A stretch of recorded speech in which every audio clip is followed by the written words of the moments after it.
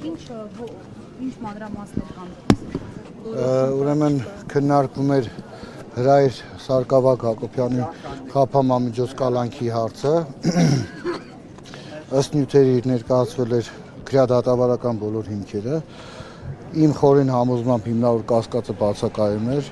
Ոչ միայն հիմնավոր կասկածը, հիմքերը նաև բացակայում էին։ Ընդհանրապես որևէ դերակատարում չկար վարույթն իրականացնող մարմնի ուրեմն դիրքորոշման, իբրև թե որոշակի խոսակցություններ են եղել, որին մասնակից է եղել ինքը եւ դրսևորել անգործություն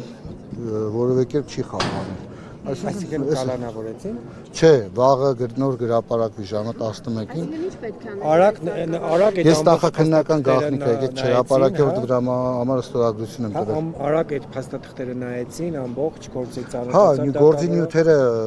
ծանոթ էր դատարանն էլ, դե բնականաբար ինձ էլ էին տրամադրել, ես էլ եմ ծանոթացել եւ գտնում եմ, որ հիմնավոր կասկածը ընդհանրապես բացակայում է այդ նյութերում, ոչ միայն Հրայր Սարգսակ Հակոբյանի մեղսագրվող արարքում, այլև ընդհանրապես այդպիսի դեպքը բացակայում է։ Վաղը ժամը 11-ին։ Նույն մեղադրանքն է։ Այո, աբեկչության եւ իշխանության իրացման նախապարարություն։ Դատավորի անաչառության հետ կապված ինչ կա։ Ես բացառ չեմ հայտնել դատավորին։ Բացառ չեմ հայտնել, որովհետեւ վստահ եմ, որ Դատավորն է, չէ՞։ Չէ, որ դատավոր։ Աբելյան, հա, ես վստահ եմ, որ դատավորը կլսի իմ առարկությունները եւ այն հիմնավորումները, որոնք ես բերել եմ ոչ միայն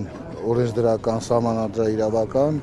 այլ նաեւ եվրոպական դատարանի եւ վճռաբեկ դատարանի իրավական դիրքորոշումների լույսի ներքո կմերժի այդ միջնորդությունը վարույթն իրականացնող մարմնի, որտեղ ակնհայտորեն բացակայում է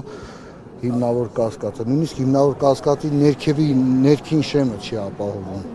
այդ ներկայացված փաստական տվյալները։ Եղավ, շնորհակալ եմ փոխզեցին։ Լավ է։ Արգելի հետևողներ, Հրայր Սարգսակի փաստաբան Սարգսյանին